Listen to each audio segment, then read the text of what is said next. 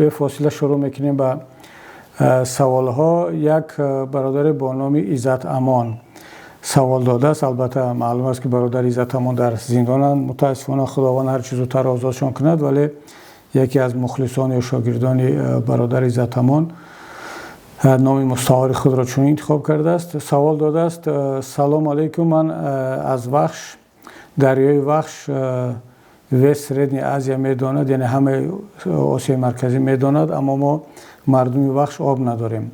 والا قسم اما نلاگ آب میسپاریم، شما پرزیدنت شوید، ما مردم وخش در آب میبرارید یا نه؟ جماعتی مشعل.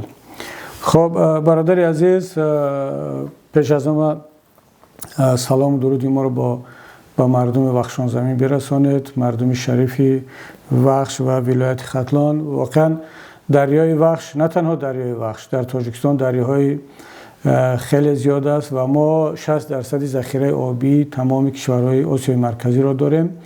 اما مسئله تامین آب در تاجیکستان یکی از مشکلی های پیشینه هم بود، امروز هم باقی مانده است و متاسفانه حکومت تاجیکستان در این 30 سال نتوانست که مشکل آب را تامین کند، نه تنها در وخش بلکه در بسیاری از منطقه‌های دیگر هم. حتی در ناحیه دنقره هم که زادگاه خود پرزیدنت و رهبر حکومت هست، مشکل آب آشامیدنی هنوزم باقی است. اگرچه اونها تلاش میکنن از سوی بودجه دولت در زادگاه خود، در دهه خود بیناهای بسازند که اون برای یک مرکز ناحیه نیست، اون بیشتر برای پایتخت لازم هست. اما به هر صورت چون در ما محل بازی و محلچگی خیلی رشد کرده است، این کارها را میکنند. اما با وجود این هم مردم دهه‌های اطراف مرکز ناحیه دنقره هنوزم به آب آشامیدنی هستند. مردم وخش هم که دریای وخش از بین این ناحیه میگذرد و از در منطقه ختلان زمین در دیگر ناحیه‌های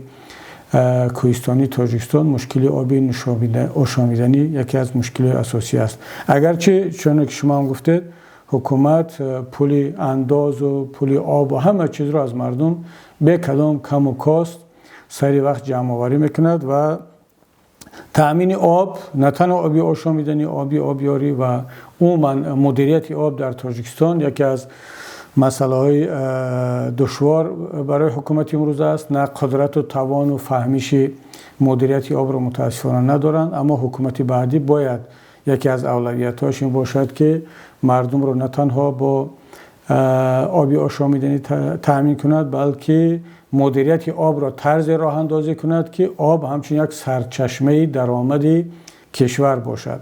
خداوند به بعضی کشورها بعضی جاها نفت و گاز را داده است، بعضی جاهای دیگر کندنی‌های فایده‌ناک، اما در تاجیکستان ما آب همچون سرمایه و بزرگترین و قیمتترین سرمایه هم ذخیره هم در جهان این آبی آشامیدنی هست که تاجیکستان از آن بای است، علاوه به اون ذخیره‌های یا کندنی‌های فایده‌ناک دیگری هم که داریم. اما متاسفانه تا حالا حکومت نمیتواند این ذخیره و این بایگری را درست استفاده برد، وگرنه تبدیل کردن آب به پول مثل که دیگران بر نفت و گاز را تبدیل به پول کرده ایستادند و از حساب آن درآمدهای هنگفت میگیرند، حکومت تاجیکستان نمیتواند ذخیره خودش را که از آب عبارت است تبدیل به پول کند، چی از لحاظ فروش برق یا اینکه حتی خودی آب هم امروز تبدیل به یک فروختن خودی آب، چی در شکل جاری و چی در شکل کارکرد شده، خودش یک سرچشمه کلان درآمد هست. در بعضی کشورها 1 لیتر آب نرخش از 1 لیتر بنزین گرانتر است یا در بعضی جا برابر است. اما ما نمیتوانیم با سبب این کمکاری و بی‌صلاحیتی حکومت امروزه این سرچشمه درآمد اساسی ملت را تبدیل به بایگری ملت کنیم. ان شاءالله برادر عزیز مطمئن باشید که حکومت آینده حتما مسئله آب را جدی خواهد گرفت، نه تنها برای ناحیه وخش بلکه برای همه ملت تاجیک ان شاءالله. خب سلامت باشید برادر، این بود جواب ما به سوال شما.